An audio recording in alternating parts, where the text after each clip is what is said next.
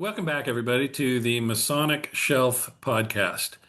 This month, we're stepping into the world of the ancient mysteries as we take a look at the origins of the Mithraic Mysteries by David Ulansey. For students of Freemasonry, comparative religion, and the Western esoteric tradition, the mysteries of Mithras have long held a certain fascination. Here was an initiatic tradition that flourished throughout the Roman Empire, shrouded in symbolism and known primarily through the clues it's left behind in stone, art, and archaeology. In this book, Ulansey tackles some of the enduring questions surrounding Mithraism.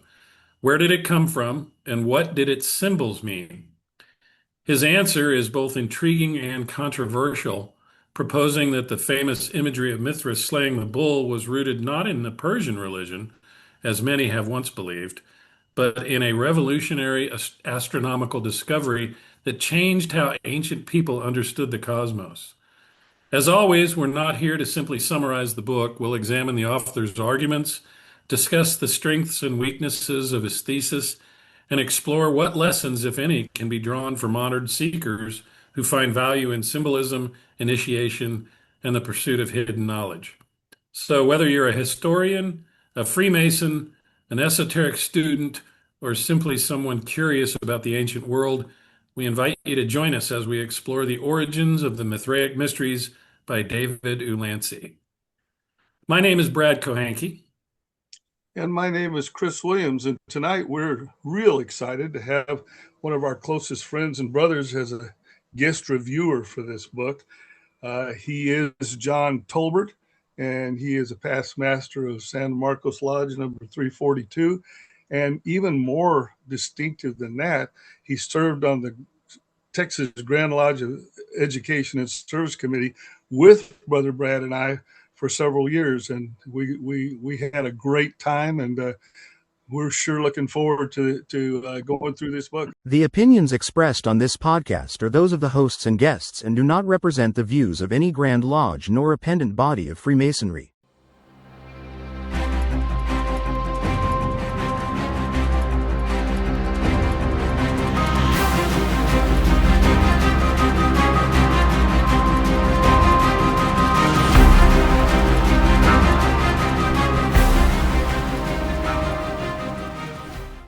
Welcome, Brother John.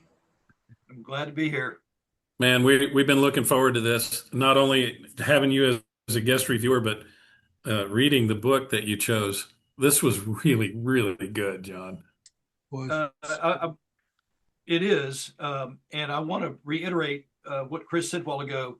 The three of us, including Richard Slodroff, we had some of the most unbelievable conversations on the committee, on the education committee. I mean, I feel sorry for other Freemasons that were never able to participate in those conversations. Yeah, and I'll never forget them. Yeah, it was really wonderful. Some of my best times in Masonry, man. Yeah, without a doubt, some of the best times. So, why'd you pick this book, John? Okay, all right. So we're going to be bouncing around a lot, and it'll loosen up as we get going. I've got some notes, and but it will loosen up. So I ran into the Mysteries of Mithras. I don't remember exactly how, because a lot of Masons have run into this. Okay, I'm not at all the first person that's run into it, but I did run into it on my own, and it grabbed my attention so much that I ended up going over to England, going to Housesteads, and then down the road about 20 miles and went to a Mithraic temple because it was so meaningful. And so I've been digging into this for about 5 to 8 years. And this particular book, I probably got a reference to it. And here's the book. This is it. Because it seemed to focus on where did this come from? Because a lot of, all the iconography, there's tons of scholars that are looking at it and they speculate about it.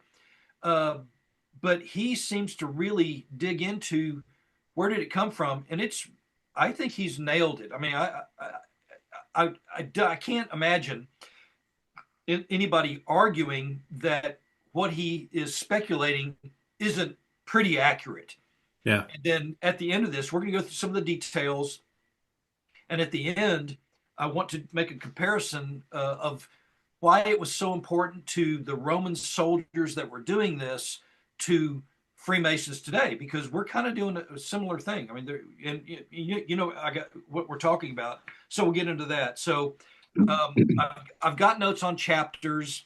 I don't want to read a bunch of this stuff, but as we get going, it'll loosen up, and then we'll have some open discussion. Yeah, yeah. I mean, what Chris and I do is we go through page by page and highlight things that are of interest. And as you can tell, most of the book is highlighted. So yeah, you know, it's a scholarly work with lots of references, which gives me confidence. He did his homework. Okay, he's not just speculating, which is fine. It's fine to speculate, but you know, he's got hundreds of references, and some of them are really deep. I mean, it's like, you know, Porphyry and Origen and Cicero, that's, he's really done his homework. Yeah. So in chapter 1, he starts out kind of with as you can imagine, just a general description, like, what is this? And there was this Belgian scholar named Frans Cumont, late 1800s, who was kind of the premier scholar on the work and the academic that, I think the guy was revolutionary. Kind of in figuring this stuff out. He said it was an extension of the Iranian religion based on Mithra. However, the Iranian religion, Zoroastrianism, had no tauroctony, which is the bull slaying. There was no initiatory grades, as far as he knows, no cave-like temples.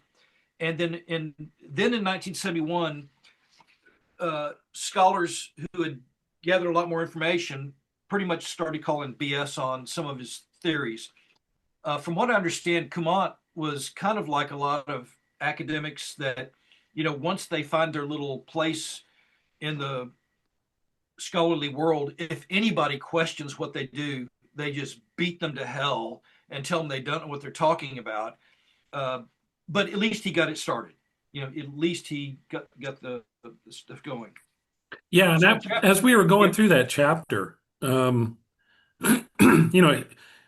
claimed the proper way to go about interpreting Roman Mithraism was to refer each aspect of the cult to some element of the ancient Iranian religion with which it bore a similarity. And when I read that in chapter 1, I was like, oh no, that's not where we're going with this, is it? And then a couple of pages later, he starts to introduce the guys that came along after Cumont that said, "Nah, that's baloney. That's not the Roman version of Mithraism has nothing to do with the original Iranian worship of the god Mithra. It's completely different." You don't realize what a stretch he was trying to do, Cumont, what a stretch he was trying to make until you hear what Ulansey says, and then all of a sudden it becomes obvious. Just kind of jumps out at you like, that's crazy. How did that's okay. He accepted that for 75 years. Yeah. But at least he got the work started. Yeah. Yeah, he did. But let's go back a little bit, because all right. I want the listeners to understand why it is that Mithraism might be important to us. And there's countless reasons, but in the first chapter, the Mithraic Mysteries centered around a secret which was revealed only to those who were initiated into the religion. So there was an initiation process, and then there were several levels of initiatory experiences for the members. They had to go through 4 to become a full-fledged member, and then 3 more if they wanted to go into positions of leadership. And each one of those had a name, and each one of them had symbols that were associated with it to remind the lessons that they were supposed to learn. They had memorization that they were supposed to perform in order to graduate to the next level.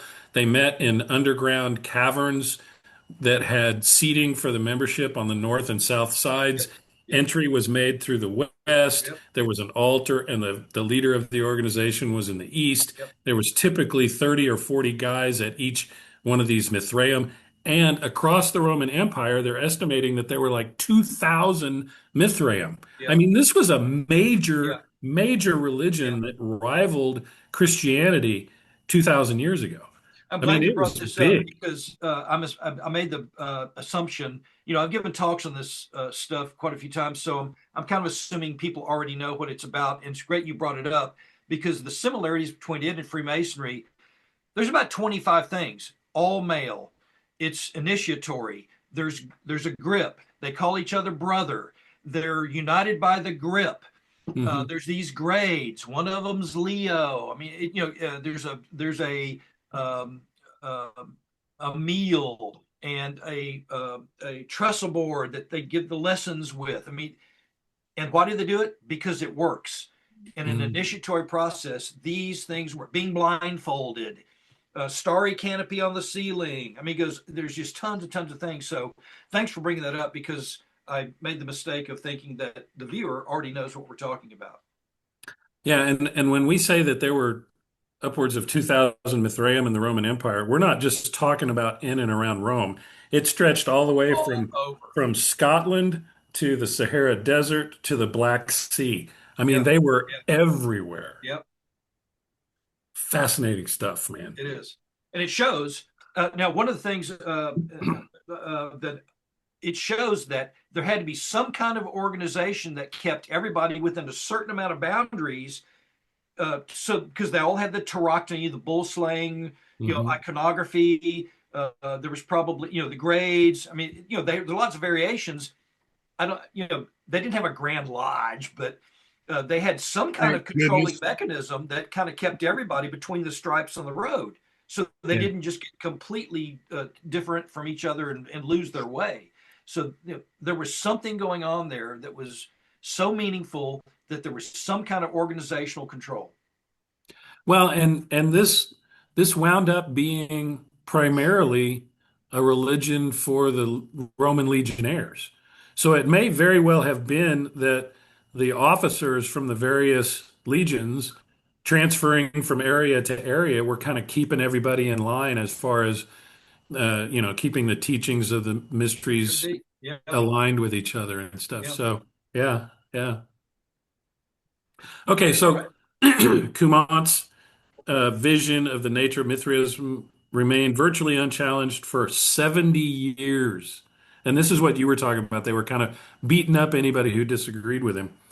But the flaws in Cumont's theory could not go unnoticed forever, and things reached a head in 1971 at the first International Congress of Mithraic Studies held at Manchester University. That's really cool. Yeah. So this is where we start to get into the nitty-gritty of what this stuff really meant. So in chapter 2, my notes, and this is great that you're kind of following up we're kind of comparing notes here. In 1869, a German scholar named K.B. Stark proposed that the iconography, all the symbols, was related to astral concepts or constellations. Cumont rejected Stark's ideas entirely, you bastard. However, the zodiac symbols of the sun, moon, and planets were almost always part of the Mithraic iconography. The 3rd century Greek philosopher Porphyry, and this is great, when Ulansey finds quotes from ancient Greek, Roman scholars, it's like, sorry, that's just what they said. So Porphyry confirms this theory. Church Father Origen also confirms 7 planetary spheres, 7 grades, the soul's journey in and out of earthly existence. And I want to talk about that when we get to that point.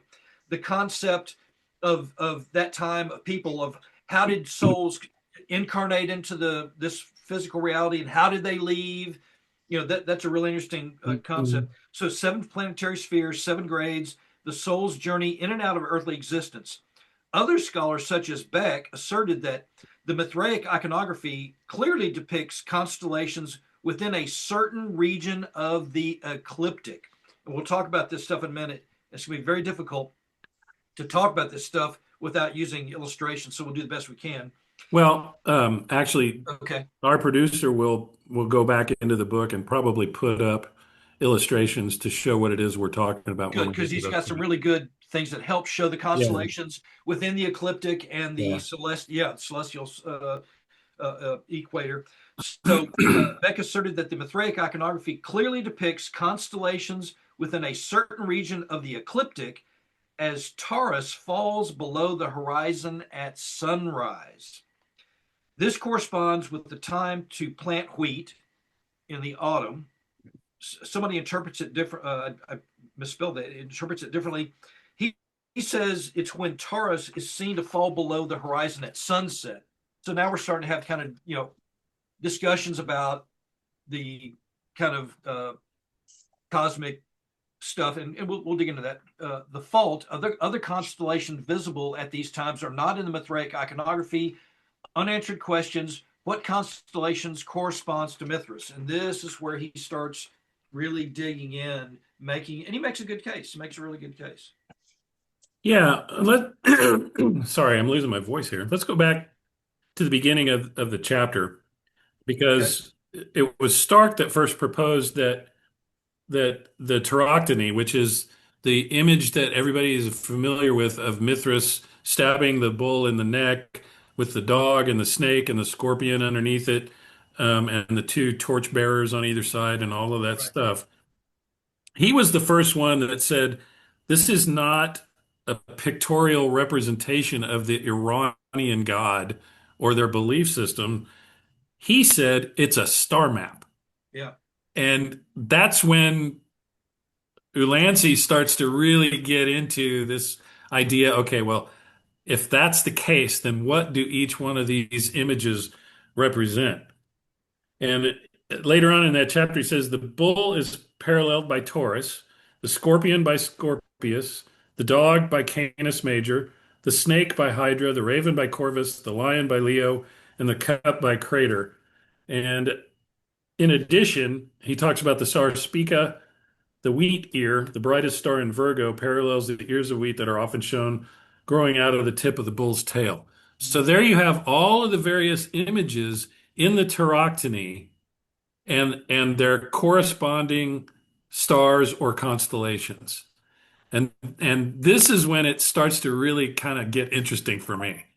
So one of the things that I still struggle with, he starts bringing to the reader the concept of the celestial equator and the ecliptic. And I'm pretty good at imagining things in my head, but it's really hard to think about when you look at the North Star. And for me, it's out that direction right there, and there's the North Star, and all these stars are rotating in a circle. And so the equator of the Earth, because it's tilted at 23 degrees, there is an equator that the equator of the Earth points to of this celestial sphere. Do you think this is a good time to go ahead and try to discuss, kind of do a basic idea of? I think it is, because from here on, we start talking about the mechanics of it. Yeah, so I mean, I think everybody understands that there is a celestial equator and an ecliptic. Okay. And the ecliptic is obviously the tilt of the Earth, and as it rotates, it's kind of rotating at an angle. Right? Okay. I have a different understanding. I thought the ecliptic was the path of the sun and moon and the other planets, basically that around the Earth, that flat plane. Well, we're part of that That's ecliptic. That's the celestial equator, isn't it? Or am I getting them backwards? You get this backwards. The ecliptic is all the planets and the sun. The sun's in the center, and all the planets are going around basically a flat plane. And so you see the sun coming up and the moon, its path, and then Mars and Venus and Saturn. They're going along the ecliptic. They're all basically in this flat plane. They vary a little bit. Now, the celestial equator is where the Earth is tilted over, where the equator points out into space, make it a flat dish. That is the celestial equator that you can calculate through the sky, and they're at a 23-degree angle from each other. The ecliptic and the celestial equator, they're these two round flat planes that are these 23 degrees off from each other. Right. And they change over time, and we'll get into the precession of the equinoxes, and that's where it just blows. It's like, oh, I can't even figure this out, but it's real. Yeah. And these people figured this out a long, long time ago. Well, they kind of figured it out Kind of. because they were still operating under the assumption that the Earth was kind of fixed in Right. space. Yeah, we're sitting there and everything's going around us, Everything's which going around kind us. of Yeah. makes sense, and the math, worked okay. Chris, let me ask you: do you have a when you're reading about these concepts of the ecliptic and celestial equinox stuff? Does it make your brain hurt? Sometimes it makes me just. It makes my brain want to explode. I mean, and you go to an illustration and you try to project it out so you can try to understand it better. And just about the time you think you got it, a little bit of it, something changes and you try to fit it in and it's mind blowing again. But it's crazy. It's crazy. The equinoxes and the solstices, when you envision the Earth going around the sun at a tilt, I can kind of get it most of the time, but sometimes I struggle with it. But and the wobble, I have trouble with the wobble. And then the Earth's wobbling, the entire time that it's going around. The sun's like, oh yeah. There's a lot going on. It's simple to understand what that wobble is in real time, because they explain it like a top is, doing its thing. But then you try to project it out to 12,500 years, and you're going, what the hell? Or 26,500 years, and you're thinking, how in the hell does that work? But I'm honest to God, I'm still working on it. I have been for a long time. Well, today, we can make the observation and use computers to calculate out 26,000 years from now. But how did these guys do it? Yeah, thousands of years ago. They figured out that each zodiacal sign spent 2,150 years rising at the spring equinox, and then over time it went back to the next zodiacal sign. So that's what we're going to get into later, where it switched from Taurus to, what was it, Libra?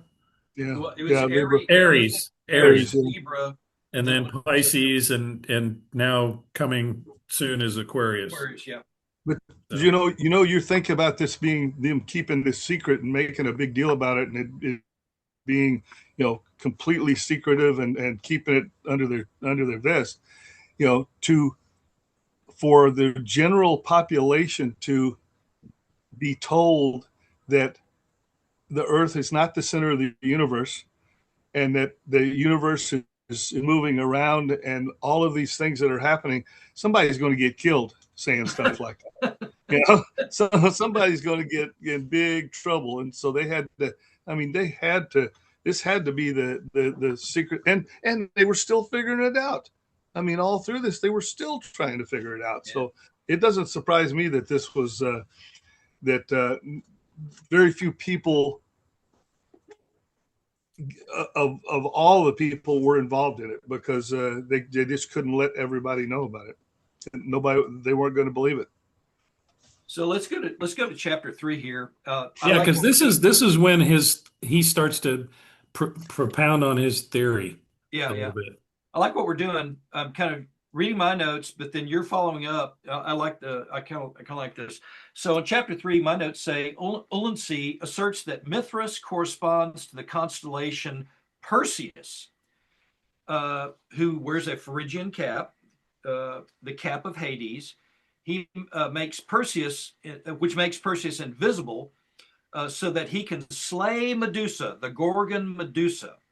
There was a discussion about Perseus and Perses, his son. There was an illustration of Nike slaying a bull. So this is a common image over time. Mithras looking away from the bull as he's slaying it. Nike looking at the bull as she was slaying it. I think it's a she. Perseus looks away from Medusa to avoid death. That's why he claims that Mithras is looking away from the bull. It's an homage to or suggestion of Perseus. Perseus was born in an underground cavern similar to Mithras, or the myth of Mithras. And Mithras is depicted as being born out of a rock. Perseus is sometimes shown in Roman star maps holding a straight dagger, and sometimes a harpy, which is a sword with this hook on it, which I think is great for beheading people. Yeah. Mithra is almost always shown with a straight dagger in the Tauroctonies, the bull slaying, but the harpy dagger, it is a symbol in the Mithraic 5th grade called Perses, and the 7th grade Father. And then I have Perses is the father of Persis. Perses, yeah. Perses is father of Perses. So what do your notes say on chapter 3? Okay, so the things that I highlighted were in the standard Tauroctony, Mithras is always located directly above the bull. So he's kind of standing up and coming down with his dagger into the neck of the bull. And it therefore makes sense to ask whether there might be some connection between Mithras and the region of the sky directly above the constellation Taurus, the bull. Yep. And if you look at that constellation, and this is Perseus, and this is Taurus. Taurus, yeah. So he's right above Taurus, and that was Ulansey's first clue that Mithra might be related to Perseus. So this constellation directly above Taurus, which bears such a striking resemblance to the figure of Mithras, is the constellation which, since at least the 5th century BC, has been seen as representing the Greek hero Perseus. Many ancient representations of Perseus show him wearing a Phrygian cap like that worn by Mithras, always worn by Mithras. So in Greek and Roman iconography, the Phrygian cap usually indicated that the person wearing it was Persian, and Perseus and Persian are derived from the same root word. Yeah. So that's his second clue. Yeah. That was the case. And then Mithras is almost always portrayed as looking away from the bull as he kills it. And like you said earlier, that kind of throws back to Perseus when he killed Medusa, the Gorgon. He had to look away from her as he beheaded her, because if he looked at her, he would have turned to stone. Yeah. So there you've got yet another correlation. And then we're talking about this guy named Saxel, right? This discrepancy between action and direction of sight in relation to the classical form is very remarkable. Saxel notes the existence of the striking similarity between Mithras type and that of Perseus, who kills Medusa, in relation to their looking away from the deed. Perseus turns himself away from Medusa since her glance brings death. And that was yet another example that he was pointing to. But then he gets into this imagery of the Gorgon and the lion-headed figure of Leo and the similarities there. And they both have wings, right? They both are wrapped by a serpent. And in the lion-headed version of Leo, many times there's a Gorgon head in the middle of his chest. Yep.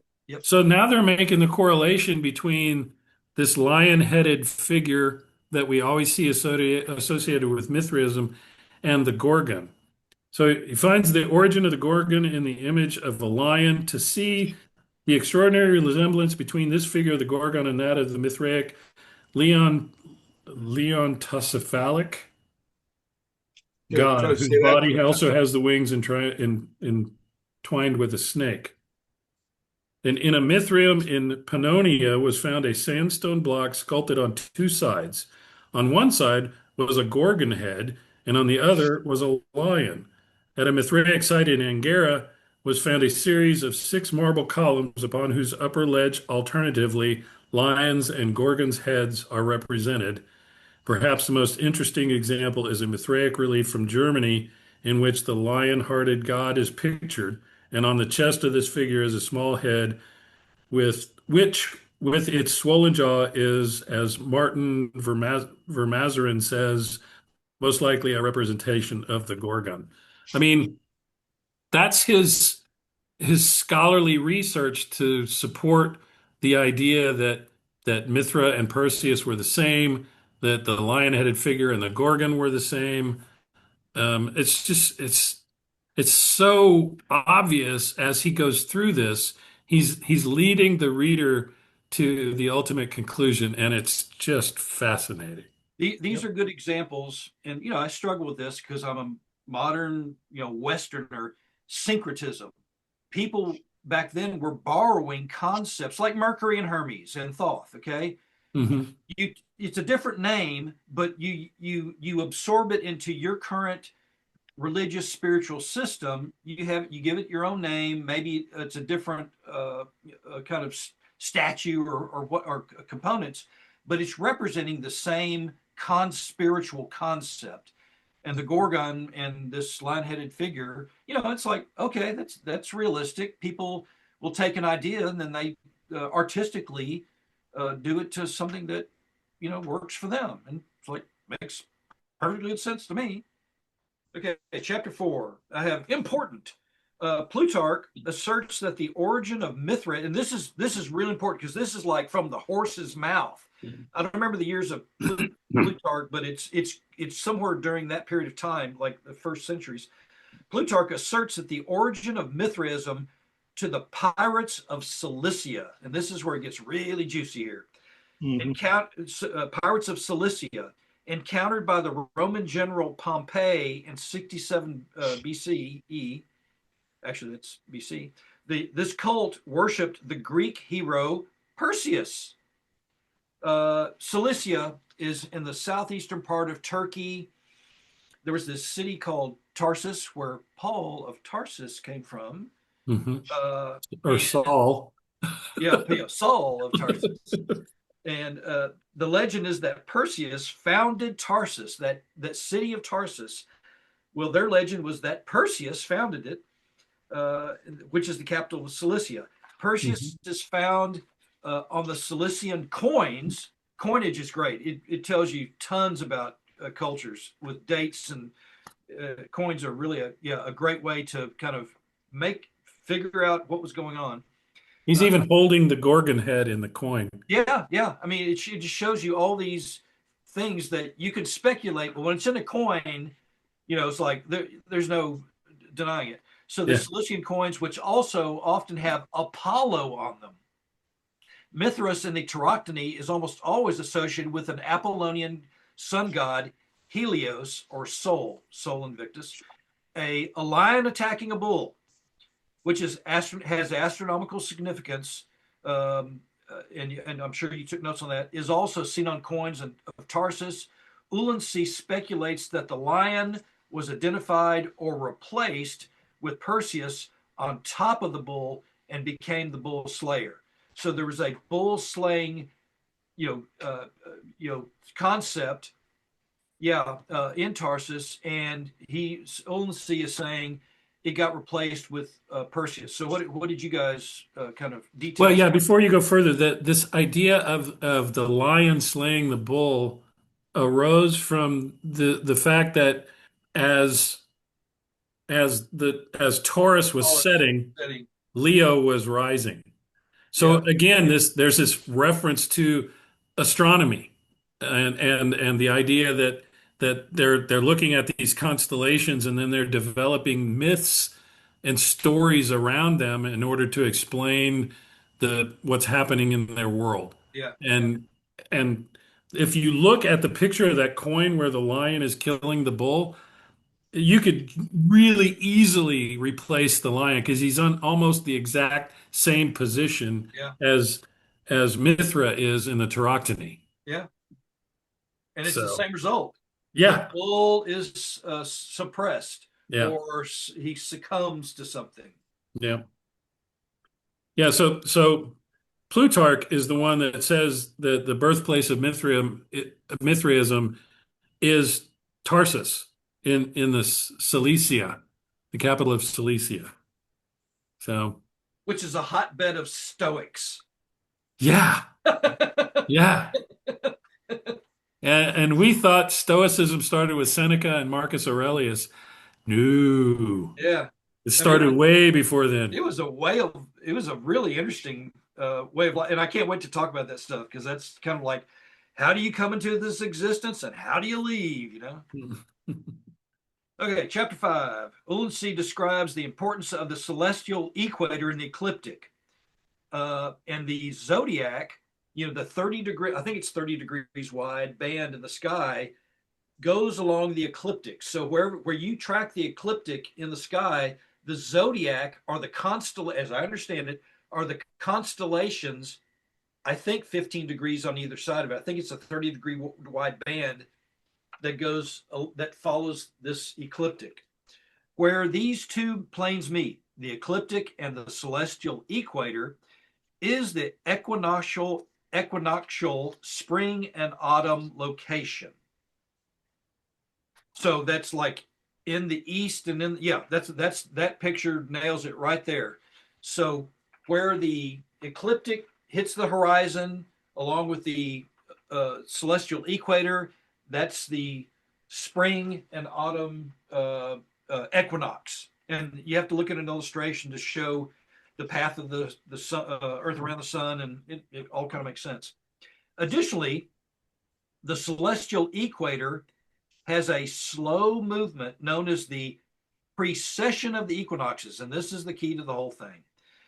The equinox shows points that move through one constellation, 30 degrees of the zodiac. That may be where I got my mistake there.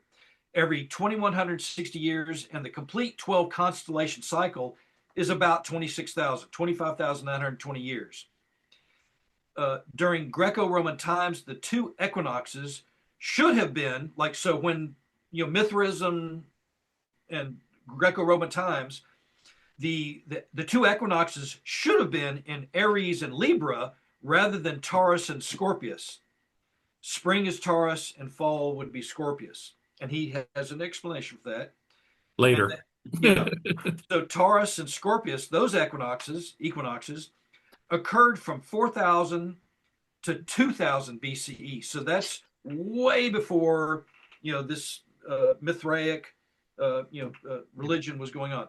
During that time period, 2,000 4,000 BCE, the six constellations of the Tauroctony are on or below the ecliptic, and that was that image that you showed. When you look there they are. All those constellations are packed between those two lines. See illustration 5.4. Okay. Oh yeah, I got lots of notes here. Ulansey proposes that Leo is included to represent the summer solstice during this epoch. I think Leo, the line killing the Taurus, I think it may have been directly overhead rather than on the horizon. I think Leo, that's why it's possible. I thought I remember seeing that when I read it. The summer solstice rather than an equinox. Okay, the ear of wheat is associated with the spring equinox, Taurus, which can mean fertility or rebirth. I want to stop at this point because he may have gotten in over his head here. You don't plant wheat in the spring. You plant wheat in the fall. And it grows during the cold, like in Texas, they'll plant winter wheat like in September, October, and they grow. It's that green grass stuff you see in the fields, and then it turns brown, and then they harvest it before they plant corn. So it's kind of a winter crop. Well, maybe it was the harvesting of. Could have been, but that was just kind of like a little note that I saw. I was like, oops, you might want to revise. Ulansey asserts that star maps, he refers to 277 BCE, established by Eudoxus, a contemporary of Plato. So there's a star map made by Eudoxus, I think that's the right name, had Perseus' knee at the bull's shoulder. So when he drew the constellation, Perseus's knee was on the bull's shoulder, the location of the star Pleiades. This is a star map as envisioned by Cilicians, but not other Greco-Roman star map interpretations. Man, the whole star map thing, I don't see how they pulled that off at all. Like, where does one constellation stop and start? They figured it out because sailors had to navigate, and they had to know where things were. But it blows my mind because I look up there at the sky and go, I have no idea how you can pull Yeah, it but off. they didn't have books to read, they didn't have TV to watch, they didn't have cell phones, they didn't have anything to do at night except look at the stars. Yeah. So, after a while, you start to notice that, hey, something's different. Yeah. I wish I But had that ability. how long did it take to do that? I mean, golly, Oh, yeah. Yeah. the unbelievable amount of time to figure that out. And be able to pass the information on to other people so they could understand it and Right. keep a continuum going. So somebody had to draw these things out. Okay, Porphyry gives Mithras the title Lord of Genesis, the ascent of souls, the ascent and descent of souls into and out of earthly existence. This is really critical. So Porphyry gives Mithras this title of Lord of Genesis. I mean, that's pretty profound, that he's controlling souls coming in and out of existence. Pythagoras called, this blows me away. Pythagoras called the Milky Way the place where souls are gathered. The Milky Way goes directly through the constellation Perseus. There, from what I understand, Plato and other people thought souls were all in the Milky Way. That's where you see all these like billions of stars. Like, yeah, that's where people come from, and they come dipping down into this reality. They go through these 7 planetary spheres. They live these horrible freaking lives, and then you got to get back out of here and get back out to the. And it's kind of like Go back up the same way. Yeah. So, and we're going to get into a little bit more of an explanation of it later. But when you go back to the idea that the Earth, in their minds, was a fixed, permanent position in space. Yeah, unmoving. And then you've got the fixed stars. So you've got all these constellations that never move, right? They're always, but they are moving. They're constantly, rotating around the pole star. right. But in relation to each other, they're not moving. Fixed. Yeah. They're not. They all move together, right? Right. And then you've got the visible planets, the wanderers, the ones that are different from the fixed stars. Yeah. And those are the planetary spheres that they're talking about, the souls coming down to Earth from or through, and then leaving through again. And the speculation was that the Milky Way were these visible souls leaving and coming back to Earth. I mean, what a great story, you know? It seems logical to me. It makes total sense. If you don't have any other thing to build on, it makes logical sense. Well, and if you're building a belief system and you want to build it around some believable myth, then that makes sense, right? I mean, but there it is. You look up the sky and it's there. But what other explanation could it possibly have? So Porphyry calling Mithras the Lord of Genesis is really talking about the constellation Perseus because the Milky Way goes right through it. Through him, yeah. So it has to go through Perseus or through Mithras, both directions, right? Right. Yeah. I mean, that's so cool. Such a Basically, great what they're saying, this is what it means. Prove me wrong. Yeah. If you can't prove me wrong. Then I'm almost through with chapter 5. The torchbearers, Cautes and Counterpartes, he asserts that it represents the spring and fall equinoxes and are associated with the spring, the bull, Taurus, and the autumn, Scorpio. The sun coming up beyond the celestial equator. Okay, so when you're looking at right now, I'm looking south.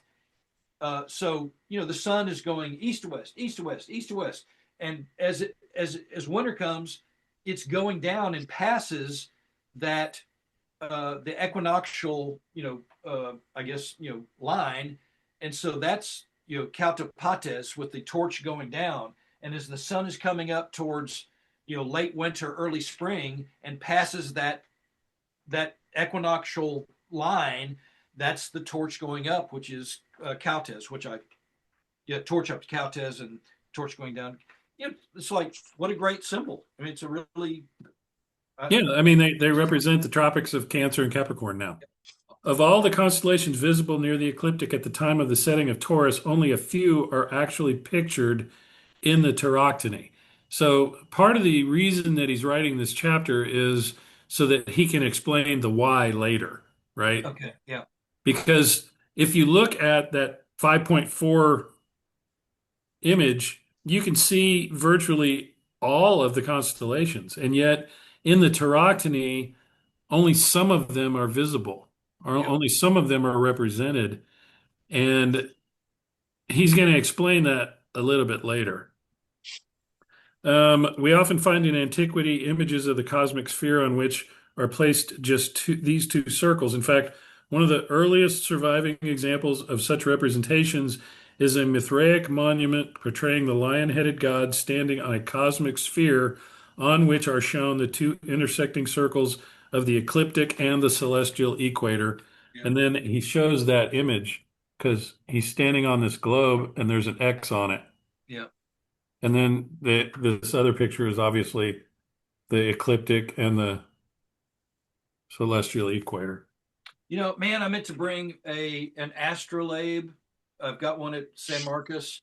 I bought it on eBay or something. It's old, and it's a good way to actually kind of visualize how you can take, you can move it. The Earth's in there, and you can move it around, and that's how people kind of figured out kind of these concepts, and it's pretty ingenious.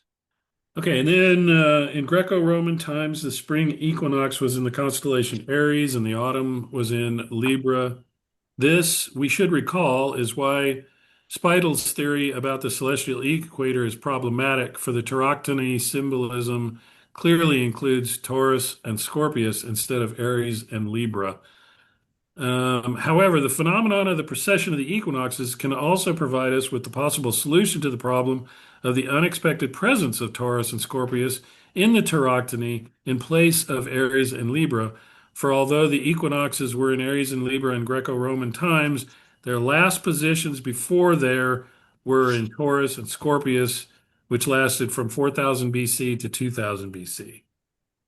And then in figure 5.4, he shows the celestial equator with the spring equinox in Taurus.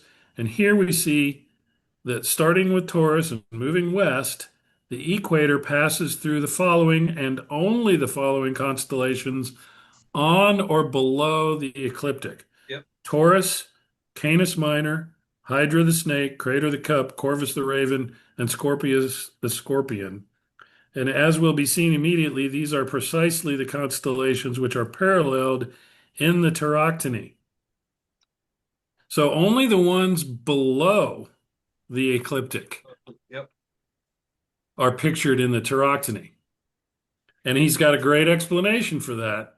Then he talks about the wheat emerging from the tail, sometimes emerging from the blood Yeah. where he's being stabbed. Yep. Perseus was sometimes envisioned in the Greco-Roman world as extending at least as far south as the star cluster known as the Pleiades. And this is where you were talking about the one guy who pictured the constellation extending all the way down below the ecliptic to where Perseus's knee was on the shoulder of Taurus. Yep. I'm sure I know there were different versions of the constellations. They're not in stone, and there were different interpretations. So that's just probably what it was. Yeah. And then he talks about the Milky Way and Porphyry, and then the torchbearers, which I thought was another fascinating aspect. Now, as we have seen, the Tauroctony appears to represent the astronomical situation which obtained when the equinoxes were in Taurus and Scorpius.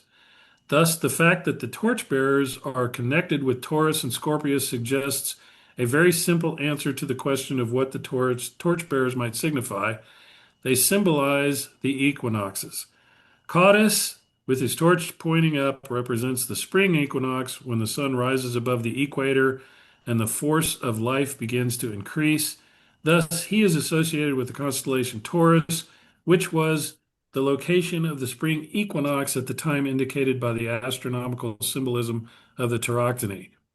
Catapatis, with his torch pointing down, represents the autumn equinox when the sun sinks below the equator and the force of life begins to decline. Thus, he's associated with the constellation Scorpius, which was the location of the autumnal equinox at the time indicated by the Tauroctony. So, yeah, I mean, really, really good explanations. Can't disagree with anything that he said so far. Chapter 6, meaning of the bull slaying. Tarsus, the capital of Cilicia, was a respected center for education and Stoic philosophy. Stoic philosophy had deep connections to astronomy and astrology, which I was unaware of completely.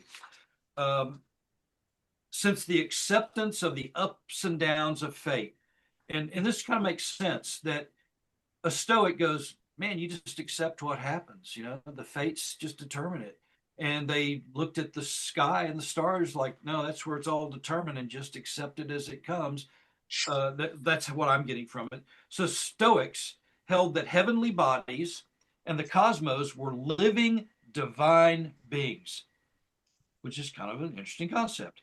Stars were considered to be endowed with consciousness and intelligence.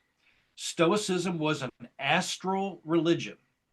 Stoics had speculations about world ages and long cycles, which is interesting, culminating in cosmic destruction, conflagration, followed by a cosmic recreation, following the exact same path as before. So Stoics, they're in this Cilicia area. Their basic concepts are that the stars that you see up there, they determine your fate. They're actually living, breathing, gods, or however you want to look at it. And then he gets into Hipparchus, I think that's how you pronounce it.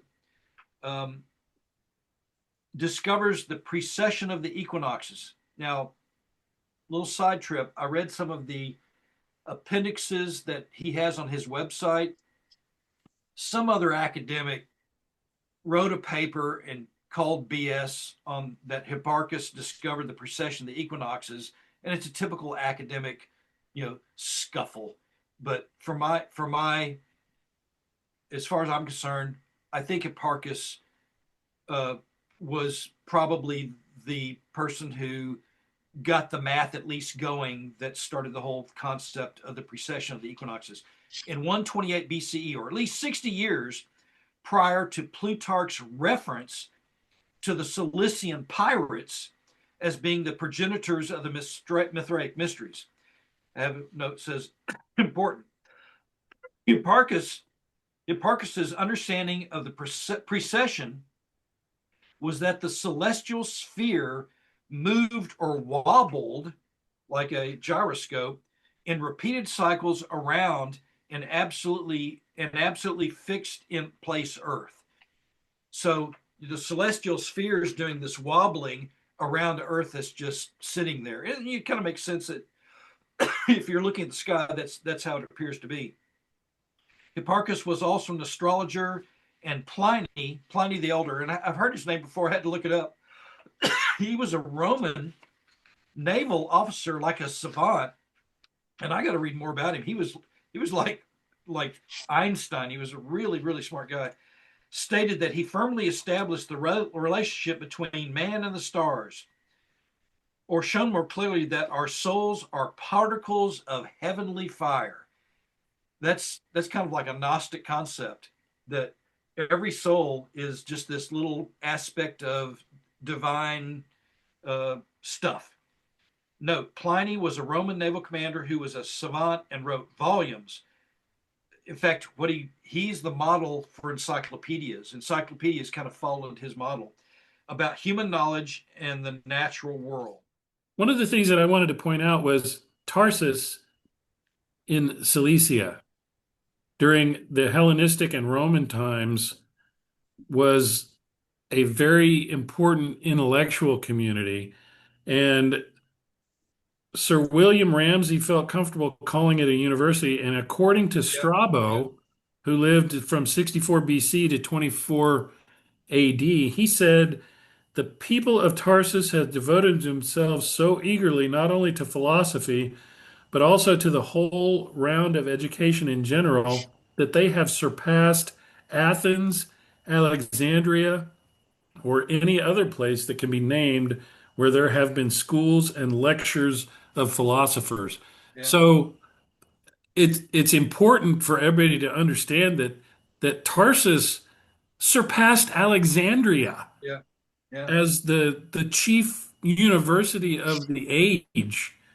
And so when they start making these discoveries about precession and star maps and constellations and everything, everybody is taking them seriously. I mean, these Yeah. are They're intelligent smartest guys guys. in the room. So the lifespan of Posidonius, 135 to 50 BC. He was 85 years old. Coincides precisely with the period during which the Mithraic mysteries originate.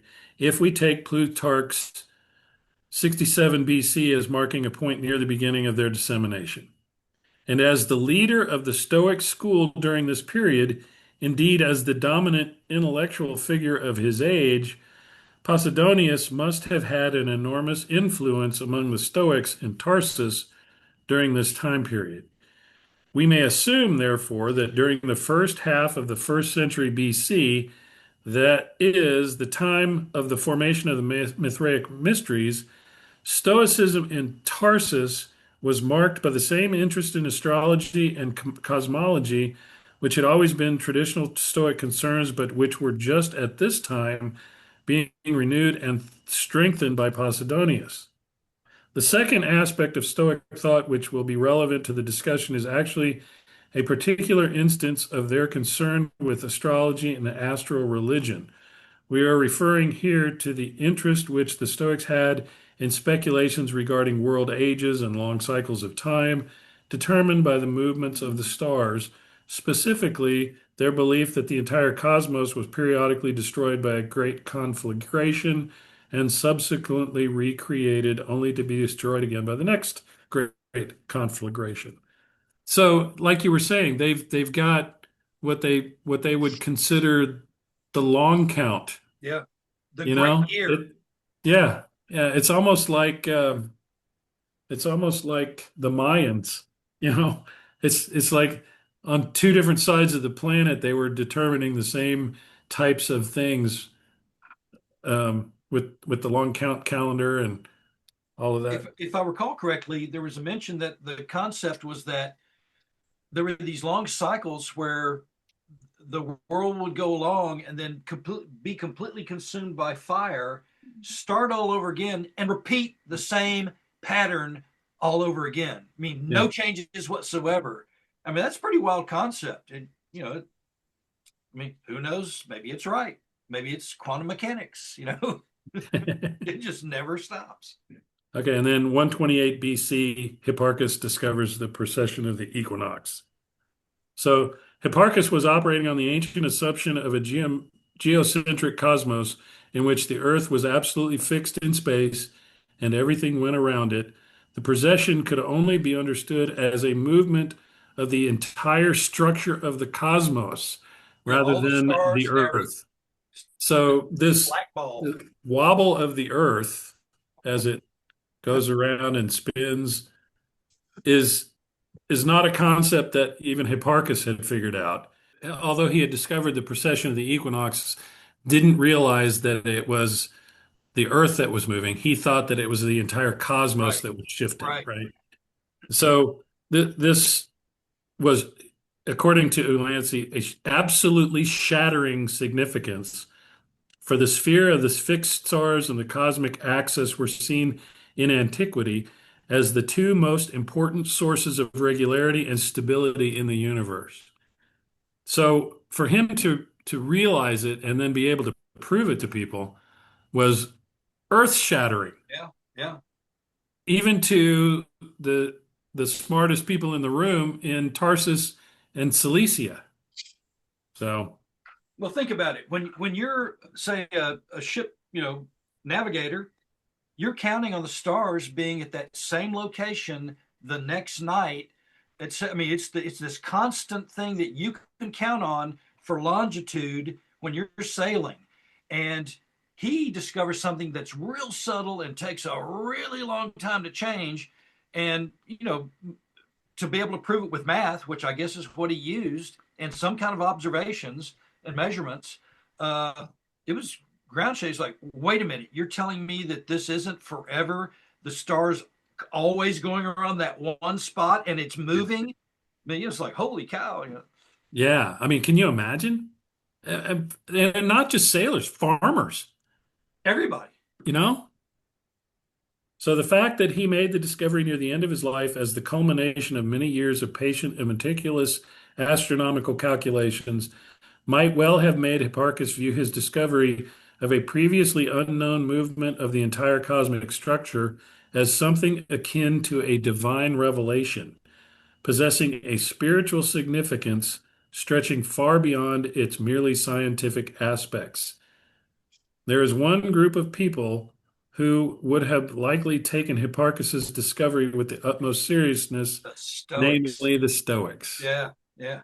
So I have a note here. The Stoics and Taurus would have taken this discovery to heart due to their spiritual concepts about the cosmos being a living divine power. The discovery was confirmation for their philosophy of astral cycles of the great years. Like, we told you, Yeah. told you. It was And Hipparchus has proven it. right. And you can't blame them. It was standard for Stoics to attribute a divine source or God for every natural phenomenon. The discovery of the precession of the equinoxes suggested that there was a previously unknown and supremely powerful God that could move the cosmos itself. It makes sense that the Stoics in Tarsus would potentially attach Perseus as this supremely powerful God that controls the cosmos. If you recall, Perseus was by legend supposedly the founder and god of Tarsus. That was like their main guy. It's like, okay, if that thing's moving, he's the guy. It's our guy that's doing it. It's That's our right. guy. Yeah, it's our team. Yeah, Perseus. Well, not only that, but then you've got the idea of Perseus being the Lord of Genesis and the Milky Way and the souls going right through him ascending through the seven spheres and descending back down through the seven spheres. I mean, there's all these different things which to them all, they connected the dots and it was Yeah, that's our yeah, guy. That's our yeah, guy. yeah. We told you we had this figured out. Then we're getting close here to where we can kind of actually start speculating, which is the fun part. The fortuitous position of Perseus above Taurus in the constellations would seem to suggest that the age of Taurus, 4000 to 2000 BC, was ended by Perseus. The equinox being in Aries in this period of time, 2nd century BC. That's how Ulansey describe, at least unless you can have another idea. He said, why in the world would they be focusing on a time of Taurus and Scorpio rather than Aries and Libra? Well, he said it would that's when Perseus being above Taurus. That's how I understood it. Yeah. Page 53 shows the constellations that are included in the Mithraic Tauroctony. They're all below the ecliptic and above the celestial equator, which you showed that image previously. The knowledge, okay, here's where we start getting into the weird stuff. The knowledge of an understanding of these celestial cycles would have been known by very few and considered secret knowledge. To convey these secrets in a religious cult would naturally require a gradual revelation, thus the need for various grades. Just like Freemasonry. We have grades, and it's like going to school. You got to learn how to read and write before you can do trigonometry or higher math. You have to take it in steps. And so if you're going to convey some kind of like new information about the latest truth about who's the greatest God of all time, you can't just tell them that when they walk in the door. They've got to be kind of urged into it slowly over time, kind of give some education about it. And if you recall, there's a book called Mithras, Myth, and Mushrooms. It wouldn't surprise me at all if, especially on the first initiation, I can't remember what it's called, if there wasn't a hallucinogen involved. Well, yeah, I mean, there was in all the other mystery schools, Yeah, yeah. with the ergot and the Soma and yeah, Kaikion. Kikion, yeah. Yeah, because it works. You see a different reality, and it Hmm. kind of changes the way you look at reality. The secret knowledge would be important to Romans living at this time because it was common to view natural phenomena as being controlled by various gods. And in this case, Mithras was portrayed as the god of supreme power over all other gods and viewed as a savior. Mithras was literally looked at as being a savior of your soul. Kind of, you see Well, that yeah, through time. because if Mithras and Perseus are the same guy, then Mithras is the constellation through which the souls pass, Yeah, right? yeah. So The gatekeeper. going back to the Mithraic mysteries and the procession. So Hipparchus's discovery made it clear that before the Greco-Roman period, in which the spring equinox was in Aries, the last constellation in which the spring equinox occurred was Taurus the Bull. Thus, it would be difficult to conceive of a more appropriate symbol for the procession than the symbol of the death of the bull, representing the death of the previous age of Taurus brought about by the procession. And in this context, the fortuitous position of the constellation Perseus directly above Taurus the bull would have immediately suggested the image of Perseus as the agent of the death of the bull. So there you have it. The Stoics, the people of Tarsus, the Cilician pirates, they all adopted Perseus as the uh, the lord of the Lord of Genesis. yeah, yeah. According to Celsus and Mithraic Mysteries, there's a symbol of the two orbits in heaven, the one being that of the fixed stars and the other the assigned to the planets, and of the soul's passage through these. The symbol is this: there is a ladder with seven gates, and at its top an eighth gate, and a divinity whose primary attribute was his power over the stars could easily come to be viewed as having the ability to guarantee his followers a safe passage to the celestial paradise. That's That's why they viewed him as a savior. that's right. I got the exact same notes that Celsius, is that his name Celsius or Celsius? Celsus? And Porphyry write that Mithraism is a religious system that teaches the initiate to navigate his soul back to the heavens. A ladder with eight gates, kind of like Jacob's ladder, I know, I with know. with angels ascending and descending, similar to Jacob's ladder. I have here written. It's an interesting concept. You got a ladder to get up there, and you got to navigate your way up there, and there are these guardians at the gate. It's not just a simple climb. You got to get past these passages, which we see in different traditions. Kind of the same concepts. It's not an easy path. Well, it's also copied in the degree systems of both traditions. Yeah. The degree systems going through the gates and being accepted or Yeah. rejected, as the case may be. Well, and there were seven grades in Mithraism. Yeah. Seven planets, seven steps on this ladder with an Right. eighth gate. Yeah. So All my right. next The notes pirates. are Pirates of Cilicia. Yeah. So Plutarch writes that they weren't just pirates, but they were an extremely powerful military, kind of like the Templars, military force which dominated the Mediterranean and also captured cities and islands. They're very wealthy and dominant until the Emperor Pompey conquered them. I want to stop at this point because I was reading that Caesar, the Cilician pirates dominated. I mean, the Romans, they were losing all their ships of grain and everything. They just didn't have a navy, and these guys were just dominating the Mediterranean. So the story that I read about was that Caesar got captured by them, and they ransomed him. It's like, hey, we got a rich guy here. Let's get some ransom from him.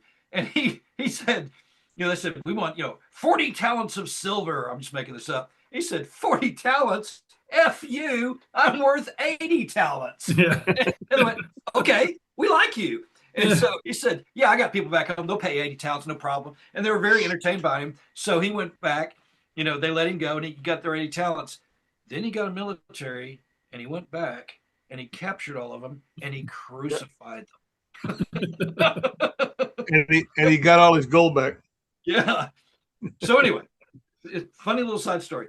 Now, supposedly Pompey, the Emperor Pompey, was kind of authorized, go get rid of those pirates. I don't know how the Caesar thing and Pompey mesh here. The pirates, according to Plutarch, were connected to the upper classes, kind of like Freemasonry. Like, hey, we're powerful and hang out with us. They were connected to the upper classes and intelligentsia of the city of Tarsus. And this is most likely how the Mithraic Mysteries were transferred to the pirates, who were, of course, very knowledgeable about the stars for navigation. So it makes sense that they would find Mithraism appealing. I think Mithraism, this kind of religious cult, started with the Stoics. They had something going. The pirates had all this money. They were smart guys, and rubbing elbows with other wealthy, intelligent people. And just like in Freemasonry, where the operatives started hanging out with Elias Ashmole and these other intelligentsia, it's like, hey, you want to come over and see what we're doing? It's like, sure, why not? And then they went, that's very interesting. And because we navigate with the stars, we like this system, and it's great for camaraderie and makes sense out of the world that we're in. It makes sense to me that they go, yeah, this is cool. Tell us all about it. Well, and they were Cilician, and Tarsus was the capital of Cilicia. Sure. Yeah. So they're from in and around that area. They're so right they're there. hanging out with the guys from the university. Yeah. They're hanging out with the leadership. I mean, and there's one part in here. He says the pirates of Cilicia were deeply connected with a powerful king who was named after the Iranian god Mithra and who traced his ancestry back to Perseus. Perseus, Mithridates. So it's easy to imagine that in the circles around Mithridates, who, according to Appian, took an interest in Greek learning and religious rites, there existed mythological speculations joining together Mithridates, namesake Mithra, and his supposed ancestor Perseus. Yeah. It is therefore highly likely that it was in the context of Mithridates' alliance with the Cilician pirates that there arose the syncretistic link between Perseus and Mithra, which led to the name Mithras, a Greek form of the name Mithra, being given to the god of the new cult.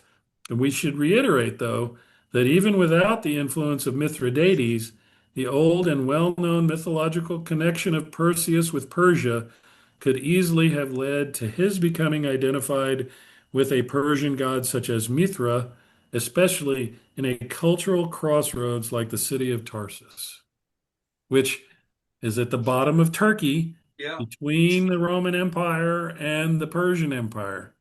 So okay, I don't know if he said, I don't think he said in the book, but maybe he did, that so the Stoics maybe started this whole Mithraic philosophy religion. The pirates took it on, and then when they were conquered and resettled, if you recall, it said they were conquered and resettled. They weren't all just killed. They took them and put them in other areas just away from the shore, where it's like, you're not sailors anymore, just be a farmer and knock it off.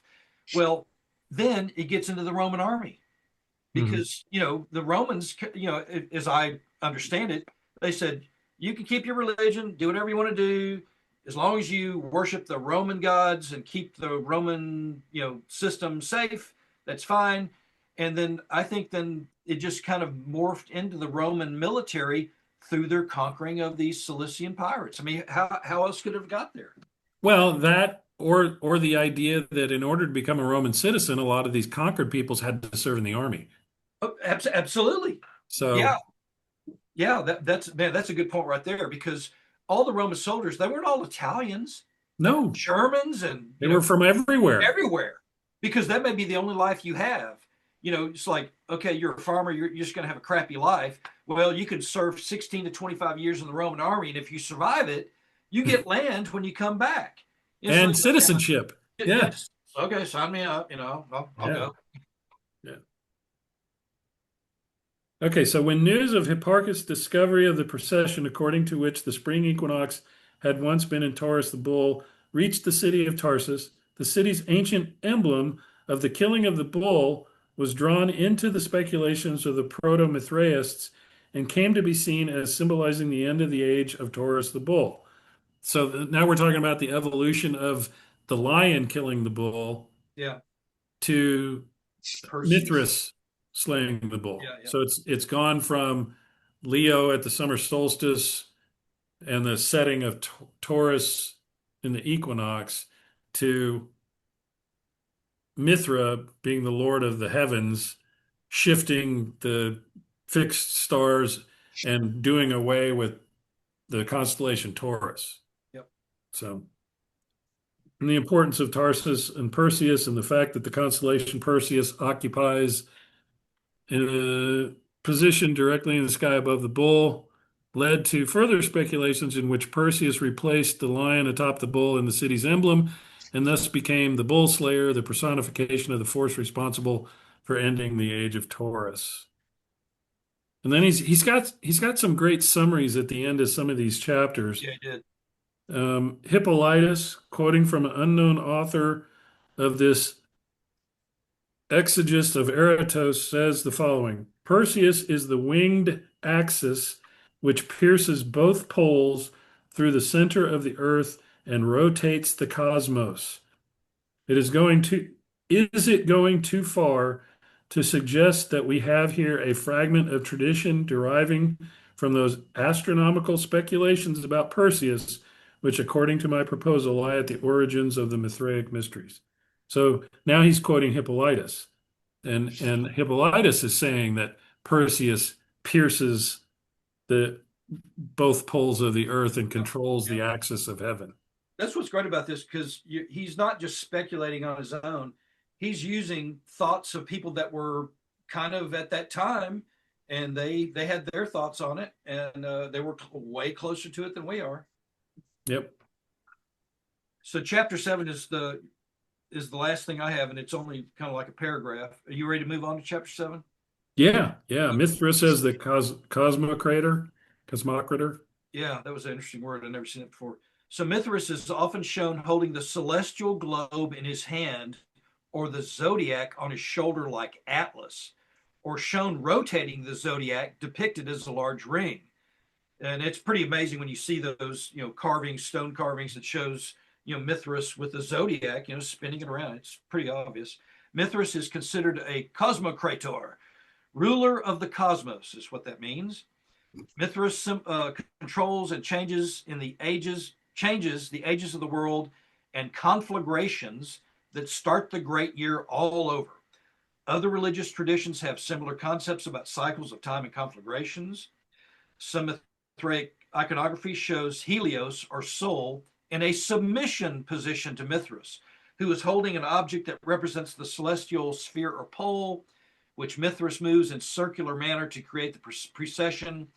Mithras is also called Sol Invictus because he is unconquered by Helios or Sol. Sol is showed in a submissive position, like kneeling, handing him the pole, the object, or the bull shoulder, which means some kind of a pole, axis. My last note is the Iranian Mithra was identified with the sun prior to Western Mithraism, which is what we're talking about. So Mithra in the Iranian tradition, Zoroastrianism, has an identification with the sun itself. So, when you see the iconography, you always see Sol Invictus with the rays coming out that look like the Statue of Liberty. And then, of course, there's the moon on there as well, which he didn't mention anything about I don't recall seeing anything about the moon at all in his explanations.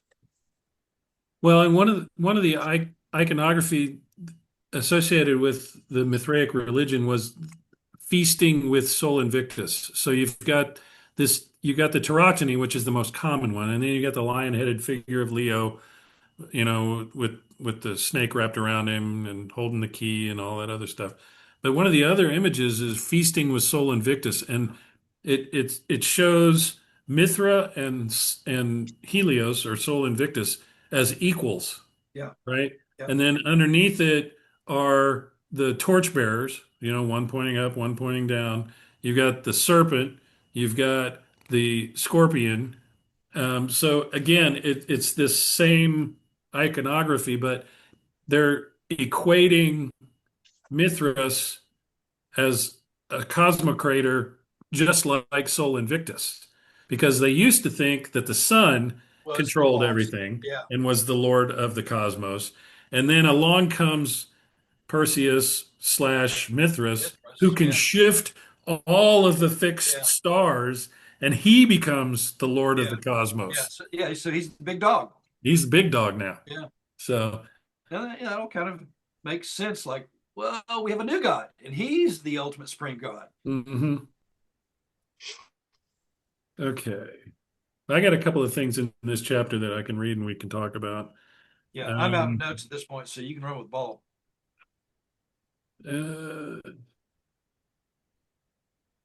oh, the thing that he's holding in his hands, right? There's some images where Sol Invictus is actually kneeling in front of Mithras, In a submissive and position. Mithras is holding something in his hand, and it's interesting because the object that he holds in his hand has recently been connected by some scholars with the symbol of a bull's shoulder, which in the so-called Mithras liturgy is carried by the god of the celestial pole, which is Mithras. The Mithras liturgy is a section from one of the Greek magical papyri, which announces itself as being a revelation granted by the great god Helios Mithras. At one point in the magical ritual described by the text, 7 gods appear who are called the pole lords of heaven and who are greeted as follows: Hail, O guardians of the pivot, O sacred and brave youths, who turn at one command the revolving axis of the vault of heaven. Immediately after the appearance of these 7 pole lords, another god appears, a god immensely great, having a bright appearance, youthful, golden haired, with a white tunic and a golden crown and trousers. This god continues the text. It, this god continues the text, is holding in his right hand a golden shoulder of a young bull, and this is the bear which moves and turns heaven around, moving upward and downward in accordance with the hour.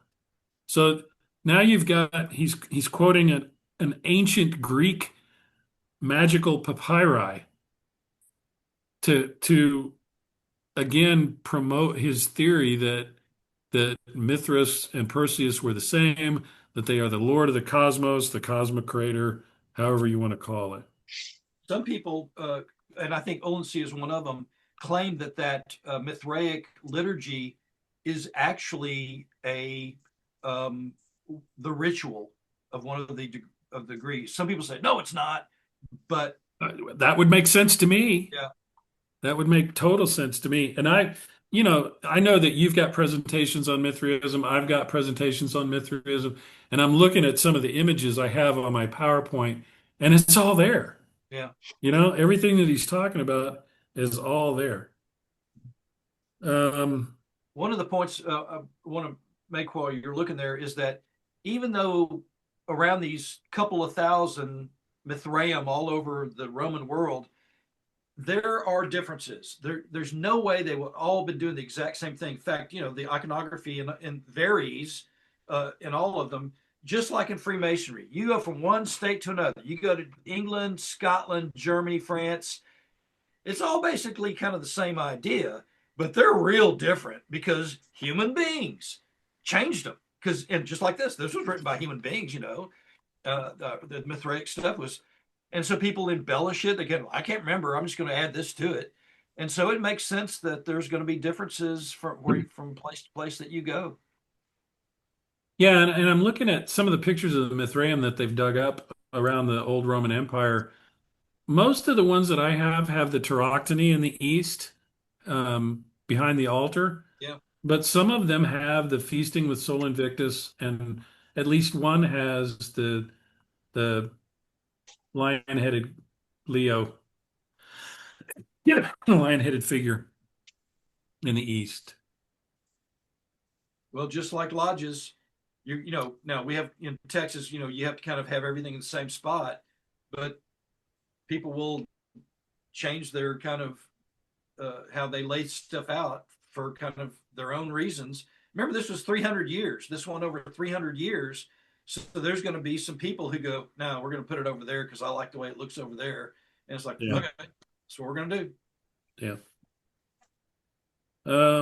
One of the other things I thought was interesting in this was the title Mithras Sol Invictus. When Mithras is referred to as the unconquered sun, one naturally becomes curious as to whether or not there is also somewhere a conquered sun. And here, of course, Mithraic iconography gives us an absolute explicit answer. All of those scenes depicting the sun god kneeling before Mithras or otherwise submitting to him make it abundantly clear that it is the sun itself who is actually the conquered sun. Yeah. And Mithras therefore becomes the unconquered sun by conquering the sun, by moving the entire cosmos. I'm the boss, you're not. So, to judge by the coins of the empire, Apollo, Lycaeus, and Perseus were two of the divinities whose cults enjoyed the most prestige in Tarsus. They are often represented together. The statue of Apollo appears erected before Perseus, sacrificing or as an attribute of Perseus. Apollo was, of course, deeply identified with the sun in Greek tradition as early as the 5th century BC. If my theory is correct, therefore, and Mithras originated as the cosmicization of the Tarsian hero Perseus, then it is quite possible that the Mithraic Helios originated as a parallel cosmicization of the figure of Apollo, with whom Perseus was so closely connected in Tarsus. So again, he's got coins that depict both Apollo and Perseus, and then Sol Invictus and Mithras. And it's just a natural evolution of these same imagery with different names. The image of Mithras, along with the serpent, the lion, and Taurus. And I was surprised that he didn't connect the imagery that we see in the Scottish Rite and York Rite of the bull, the lion, the human head, and the eagle. And the eagle, obviously, not a lot of people realize this, but the eagle was the symbol for the constellation Scorpio before it became the scorpion. And it kind of evolved from an eagle to a serpent to a scorpion. So you've got these four images from Ezekiel and the book of Revelations that play a predominant role in Christian belief systems that are also depicted in the Tauroctony. Yeah, I didn't think of that. Wow. And he didn't connect those either, and I thought that was interesting. So it could have just been beyond the scope. If you go to the guy's website, he's like kind of all over the road with this kind of stuff. So I think he just focused primarily on his content. This book was written in 1988. Okay, so this is almost 40-year-old information. Yeah. One of my notes here, because I wanted to get into, like, how is this similar to Freemasonry? Because it was secret knowledge. Okay, here's these, we'll call them Roman soldiers who had this secret knowledge about this supreme God, the rotation of the celestial sphere, and it's very, very secret knowledge that they had to keep to themselves, and it was a savior. In this case, I'm guessing, I'm just speculating that. So for stonemasons, they had secret knowledge, which was this geometry, like the golden mean and all the things it took to build a cathedral, sacred geometry, building structures that others could not possibly accomplish. So you can see when a group of people are sequestered, because stonemasons had their group, and then Mithraists had their group, and you have this secret knowledge that you don't talk about in public. It's a pretty interesting position to be in, and they're going to have similar behaviors, and it makes sense that they would have, grades because that it works, and codes of, secret recognition, because you just can't let the information out. I mean, to me, it's like, duh. And now we kind of laugh at it because geometry is like, well, you get geometry in high school, or junior high. But back then, it was very special information. Same thing with the precession of the equinoxes. It's very special information back then. Well, and the whole idea of grades, of levels, of degrees of learning in Mithraism, I don't see that in all of the ancient mystery traditions. You had the lesser mysteries and the greater mysteries, so maybe there was one group and then a second, more informed group. But not everybody from the lesser mysteries made it to the greater mysteries. Right. But in Mithraism, you had 4 grades for the general membership that they had to progress through. And the first one was Syrax, or the raven. The second one was Nymphos, or the bridegroom, I think is what it was supposed to be. The third stage was Meles, or soldier, and then the fourth was this Leo, or the lion-headed figure. Right.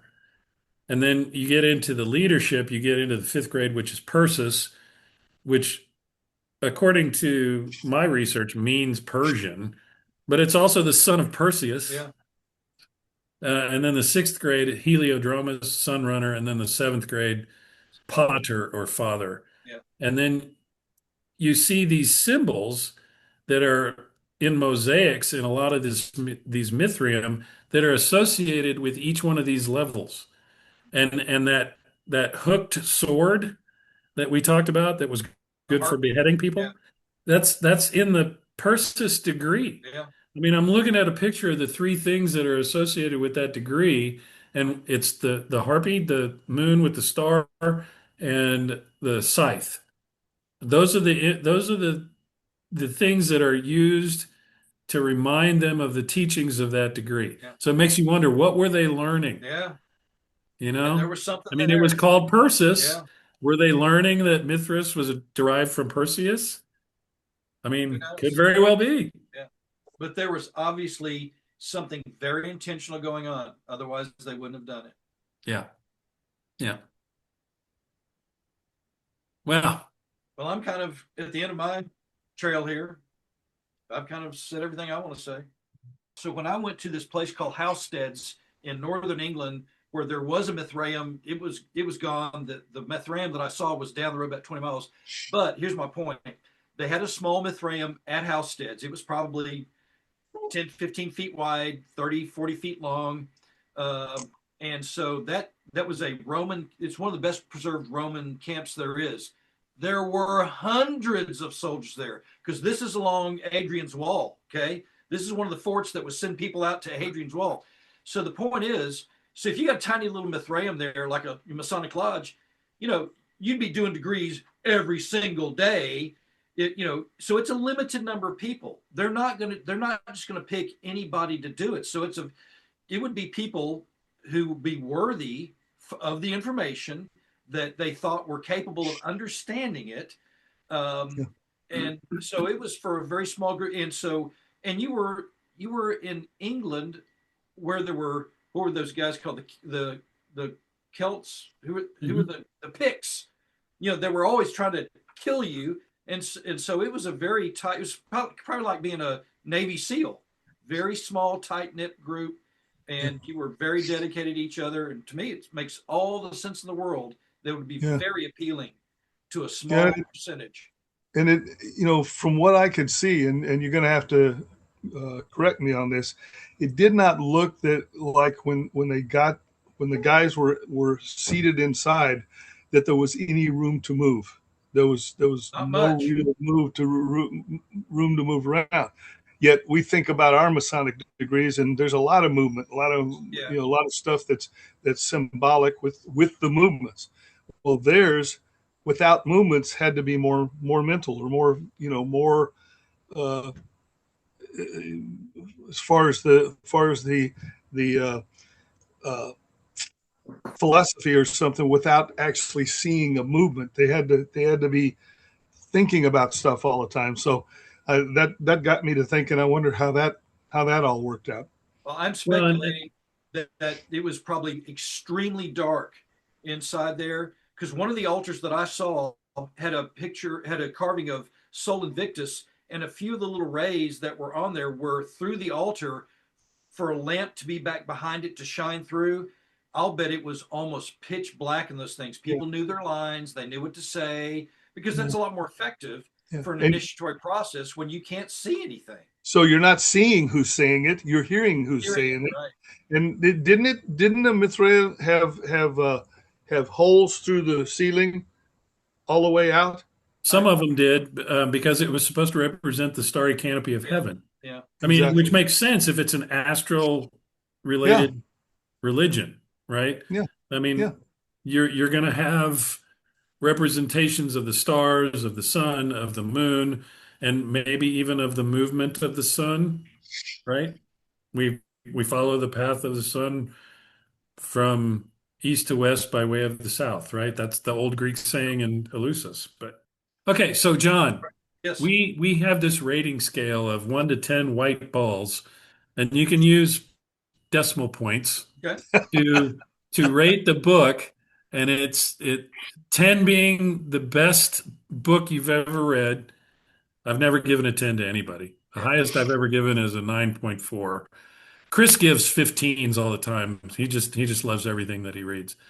But on a scale of 1 to 10 white balls, what do you give this book? Well, a 9, but it's because of the subject matter. The writing was, it's an academic book. I mean, it's a lot of references, and it's very slow reading. It's not fun reading. I mean, it's kind of fun for me and you, and Chris, because we're interested in this stuff. But so a 9 would be. I mean, it turned me on because it finally, and this is several years ago, it finally gave me a certain amount of confidence. Oh, I think I know what they were doing. I think this guy actually got it figured out pretty close. Yeah. Whereas all the other stuff's like, we don't know. We think it's just they're teaching them about the zodiac and when to plant. It's like, oh, come on. Give me a break. You just, they teach that to farmers. That's everybody, and sailors, how to navigate and what time to plant. But this was kind of like, no, this is the real God. And that's pretty special information. To me, it just made sense. So 9, I'll give it a 9. Okay, Chris, what do you give it? Well, it's a good thing that John didn't write this book, so I didn't want to make him feel bad. But I'm giving this book a 6.5, and I will tell you why. Not because it's not a good book, but John just touched on it. The way it's written assumes you know a hell of a lot about what's going on already. Okay. And that assumption didn't work with me because I didn't. So I'm going outside the book to get background so I can come back and understand what's the book. So that's why it's 6. I'm sorry. It's all right. Okay. Well, no, that makes sense. I mean, I think when you were out, Jason had rated a book low because he thought it was too simplistic and not specific enough. So I'm going to give it a 9.2. I thought it was great, but I'm a student of Mithraism anyway, so I kind of knew where he was going with it, and I was surprised by the Perseus link, which I thought was really cool. I had not heard that before, so I'm always stoked when I learn something new, and I did learn something new in this book. So I'm going to give it a 9.2. Cool. All right. Well, let me say one other thing is that when we're talking about guys that are going to watch this podcast, I think it's important for them to know, what the book's trying to do, not to get discouraged by how, advanced the book is or feels as they're reading it, and just kind of put it down and walk away, because there is really good stuff here.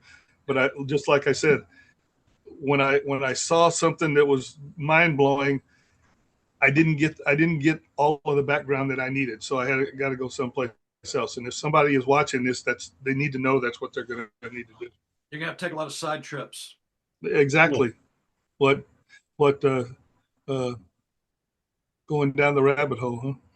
Yeah. All right.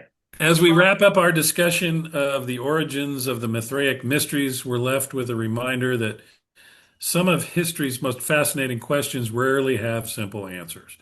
So, whether Ulansey's thesis ultimately convinces you or not, he presents a compelling case that challenges long held assumptions and encourages us to look at the ancient symbolism through a different lens. One of the book's greatest strengths is that it invites us to think more deeply about the relationship between science, philosophy, religion, and symbolism in the ancient world. It reminds us that people who came before us were searching for meaning in the cosmos just as we continue to do so today. For Freemasons, there is perhaps an additional lesson here. The study of symbols is not merely an academic exercise, it is a path to understanding how humanity has sought to express profound truths across cultures and across centuries. So, whether in a Mithraic cave, a medieval cathedral, or a Masonic lodge room, symbols continue to serve as guides for those willing to contemplate their deeper meanings. We hope you've enjoyed this month's review and that it inspires you to explore both the book itself and the broader world of the ancient mysteries. If you've read the book, we'd love to hear your thoughts and perspectives. So until next time, thank you for listening, and as always, keep reading, brethren.